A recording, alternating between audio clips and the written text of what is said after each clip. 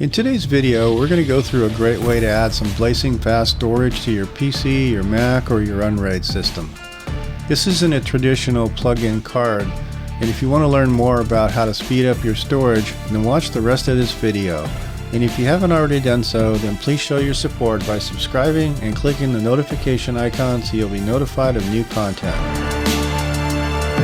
I've done several videos with different ways to add single NVMe drives to a PCI adapter card, and these low-cost adapters work well for a single drive configuration. However, if you look around, you'll find it really hard to find a card that allows you to add two NVMe drives to the same adapter card. The main reason for this is that these cards simply allow the NVMe to write directly to the PCI Express bus.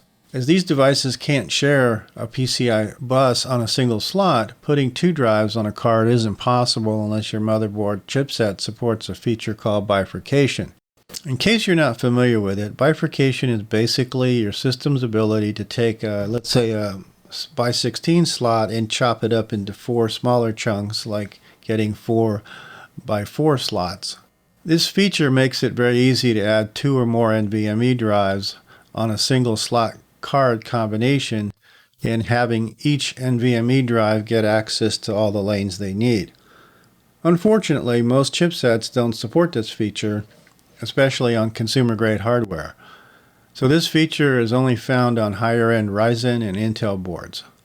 On the assumption that you have a consumer-grade hardware, as I do, and your hardware does not support bifurcation, there's still hope. Cards like this Ableconn are designed with their own controller chips that make up for this missing feature in your motherboard and allows you to split the lanes of the PCI Express slot to take full advantage of the NVMe. The downside is that they have their own controller chip, so the price is quite high compared to the basic add-in card that supports the motherboard's bifurcation features, as they don't need to have a controller chip on the card.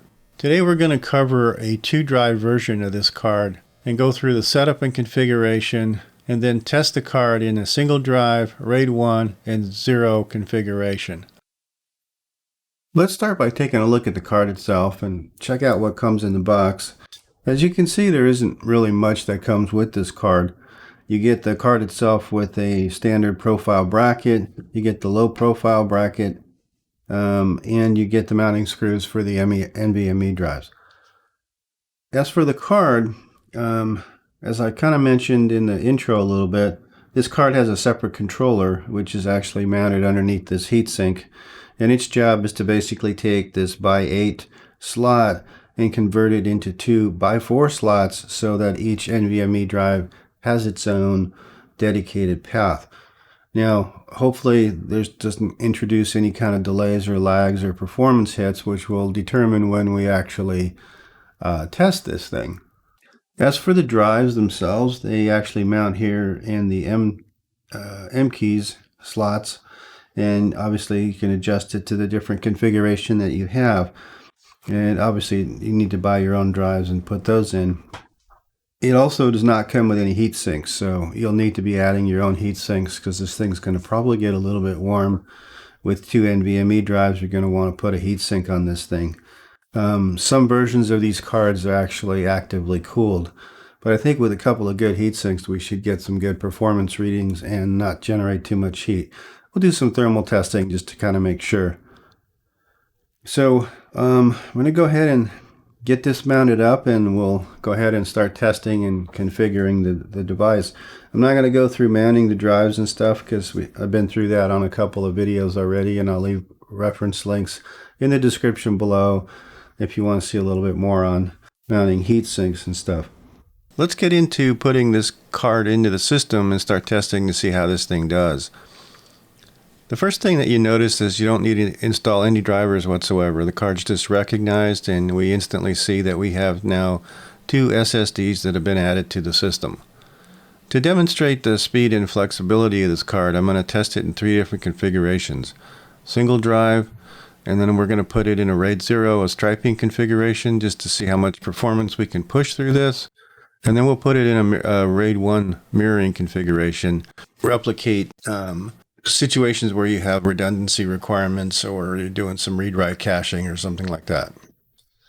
So you can see while this test is running that the benchmark results are kind of what you would expect from a native NVMe that's attached directly to your motherboard.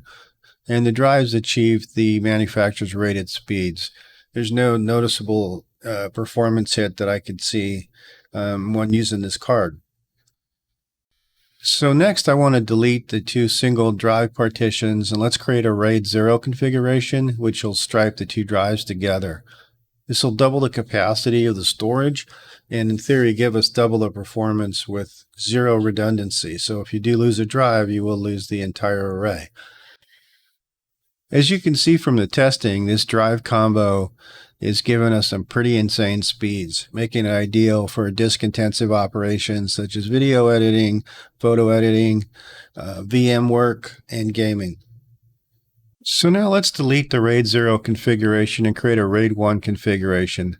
This will give us a drive redundancy. This configuration should give us the same performance as a single drive, but protect us against a single drive failure, making this ideal for caching, like for your UNRAID server, doing any VM work, or any application where it's important to have uptime and it's important to have some redundancy. As you can see from the testing, the performance is on par with a single drive, and again with no signs of performance degradation, despite that this is writing the two drives at the same time.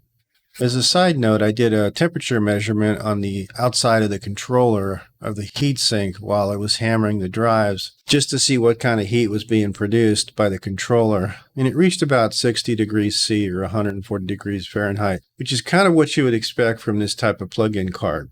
If you've seen any of the plug-in either RAID controllers or any of the SATA expansion controllers or even 10 gigabit cards, they all reach about that range of temperatures. So there's really nothing unusual here. If you have sufficient airflow in your case, there shouldn't have any issues whatsoever. If you don't have good airflow, adding something small like a slot cooler, which I'll post a link to, will do a fantastic job in keeping this thing cool.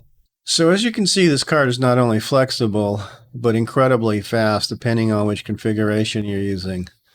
It's a little on the expensive side, but in my opinion, it's worth every penny when you're looking to either add additional storage, speed, or flexibility. And it makes a great addition to either your gaming rig, video editing station, or your UNRAID FreeNAS server, as long as you have the extra, ×8 or ×16 slot that you can use for the card.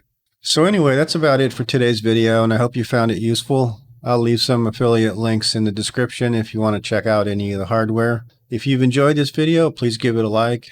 And if you haven't already done so, please subscribe and click on the notification icon so you'll be notified of any future videos. Thanks for watching, and I'll see you on the next video.